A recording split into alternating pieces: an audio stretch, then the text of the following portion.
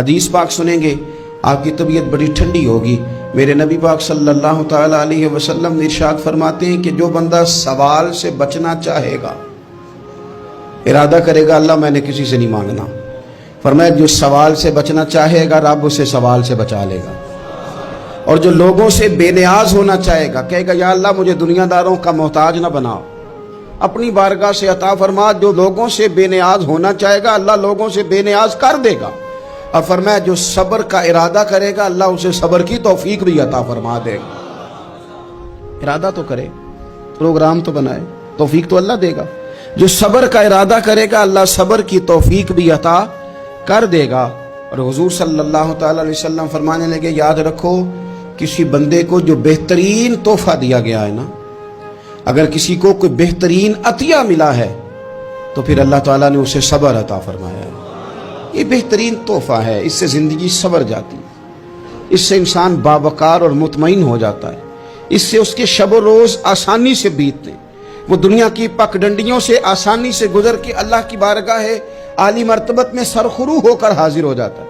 لیکن اگر بے حوصلہ ہو، صبر نہ ہو، پھر نقصان روز بروز بڑھتا ہے۔ اور پھر میرے رسول پاک صلی اللہ تعالی علیہ وسلم ارشاد فرماتے ہیں کہ اصل بات یہ ہے کہ اللہ تعالیٰ نہ کسی بندے کا درجہ بلند کرنے کا ارادہ فرماتا ہے، لیکن اس کے اعمال اس طرح کے نہیں ہوتے کہ اس کا درجہ بلند کیا جائے۔ اب رب کیا کرتا ہے، اللہ تعالیٰ اس کو مال کی، جان کی، اولاد کی کسی مشکل میں ڈال دیتا ہے، اس مصیبت پر وہ بندہ صبر کرتا ہے تو اللہ تعالیٰ اس کا درجہ بلند فرما دیتا ہے۔ اعمال اس قابل نہیں تھے کہ درجات بلند ہوں، وہ اعمال کی بنیاد پر نہیں کر سکتا تھا تو اللہ نے کسی مشکل میں ڈال کے نہ اپنے فضل سے درجہ بلند کر دیا۔ اب جو راہ طریقت کا مسافر تھا، جو سلوک کی منازل طے کر رہا تھا، جو اللہ رسول کے قریب جانے چاہ رہا تھا، اس کے لیے کتنی آسانی ہو گئی کہ مجاہدہ تو زیادہ نہ کر سکا، کثرت سے نفلی صوم و صلات کا بندوبست تو نہ کر سکا، تھوڑا سا صبر کیا، رب نے اپنا اور اپنے محبوب کا قرب عطا فرما دیا۔ تو یہ تو آپ صبر کرنے کے لیے جب نکلے ہیں تو آپ نے تو رب رسول کو پا لیا۔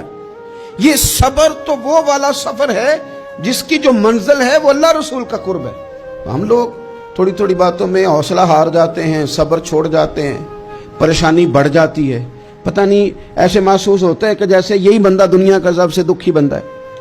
تو ایک تو یہ کہ ذاتی حیثیت سے صبر کرے، ایک یہ کہ پھر دشمن کا جب مقابلہ ہو، آمن نصبرو و صابرو، آپ کا جب مقابلہ سامنے کسی کے ساتھ ہو تو پھر تیر، تلواریں، اسلحہ، بندوقیں یہ نہیں زیادہ لڑتی، میدانوں میں حوصلے لڑتے ہیں، میدانوں میں صبر لڑتا ہے، میدانوں کے اندر توانائیاں لڑتی ہیں۔ میدان کربلا کے اندر کوئی مقابلہ نہیں تھا تیر کا تیر کے ساتھ، تلوار کا تلوار کے ساتھ کوئی مقابلہ نہیں تھا۔ میدان کربلا کے اندر ظلم کا صبر سے مقابلہ تھا۔ فتح کے ڈنکے یزید نے بجائے تھے، جشن ابن زیاد نے منایا تھا، لیکن قیامت تک اللہ نے جو فتح عطا فرمائی ہے تو وہ حسین ابن علی کے صبر کو عطا فرمائی،